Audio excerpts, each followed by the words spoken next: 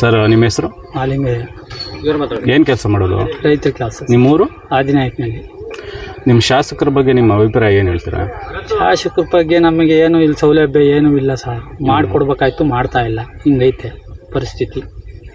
ನೀವೇನಾದ್ರು ಕುಂದುಕೊರತೆ ಅಂದರೆ ಹೋದ್ರೆ ರೆಸ್ಪಾನ್ಸ್ ಮಾಡ್ತಾರಾ, ಮಾಡಲ್ಲ ನಿಮಗೆ? ಎಲ್ಲಿ ಸಹ ನಾವು ಹೋಗೇ ಇಲ್ಲ, ಅವರು ನಮಗೆ ಸಿಗ್ತಾ ಇಲ್ಲ. ಇಲ್ಲ ಈಗ ಸಿದ್ದರಾಮಯ್ಯನವ್ರ ಸರ್ಕಾರ ಬಂದ ಮೇಲೆ ಫ್ರೀ ಯೋಜನೆಗಳು ಅಂತ ಬಿಟ್ಟಿದ್ರು. ಈಗ ಫ್ರೀ ಬಸ್ ಬಿಟ್ಟಿದ್ರಲ್ಲ, ಅದ್ರ ಬಗ್ಗೆ ನಿಮ್ಮ ಅಭಿಪ್ರಾಯ ಏನು ಹೇಳ್ತೀರಾ? ಚೆನ್ನಾಗಿತ್ತು, ಒಳ್ಳೆ ಚೆನ್ನಾಗಿ ನಡೀತಾ ಇತ್ತು. ಈ ಸಿದ್ದರಾಮಯ್ಯ ಬಗ್ಗೆ ನಾವು ಈಗ ಹೇಳೋಕ್ಕಾಗತ್ತಾ? ಕಾಂಗ್ರೆಸ್ ಪಕ್ಷ ನಾವು ನಂಬ್ಕೊಂಡು ಬಂದ್ವಿ. ತಾಳಪ್ಪ ನಿಮ್ಮ ಫೋನ. ಹಂಗಾಗಿ ಇದಾಯಿತು. ಗೃಹಲಕ್ಷ್ಮಿ ಯೋಜನೆ ಬಗ್ಗೆ ನಿಮ್ಮ ಅಭಿಪ್ರಾಯ ಏನು ಹೇಳ್ತೀರಾ? ಗೊತ್ತಾಯ್ತು ಸರ್, ಈಗ ಸದ್ಯಕ್ಕೆ ನಿಲ್ಸ್ಯಾರೆ. ಈಗ ಒಂದೇ ಸರ್ಕಾರದಲ್ಲಿ ಇಷ್ಟು ದಿನ ಸಿದ್ದರಾಮಯ್ಯನವರು ಮುಂದುವರೆದಿದ್ರು 3 ವರ್ಷ. ಈಗ ಅದೇ ಸರ್ಕಾರದಲ್ಲಿ DK ಶಿವಕುಮಾರ್ ಅವರು ಬದಲಾವಣೆ ಆಗಿದ್ದಾರೆ. ಇದ್ರ ಬಗ್ಗೆ ನಿಮ್ಮ ಅಭಿಪ್ರಾಯ ಏನು ಹೇಳ್ತೀರಾ?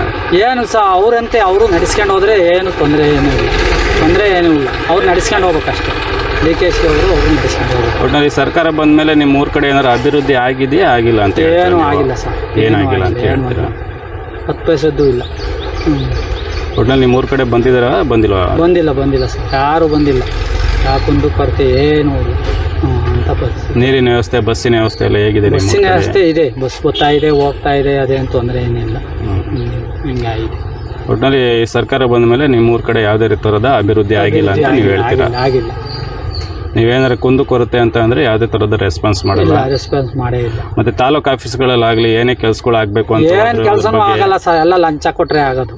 ಎಲ್ಲ ಲಂಚ. ತಿಪ್ಟೂರು ತಾಲೂಕು ಆಫೀಸಲ್ಲಿ ಲಂಚ ಇದ್ರೇನೆ ಕೆಲಸ ಇಲ್ಲ ಅಂದ್ರೆ ಮಾಡಲ್ಲ ಅಂತ ಹೇಳ್ತಾರೆ. ಮಾಡಲ್ಲ ಅಂತ ಹೇಳ್ತಾರೆ. ಓಕೆ ಸರ್, ಧನ್ಯವಾದಗಳು. ಆಯ್ತು.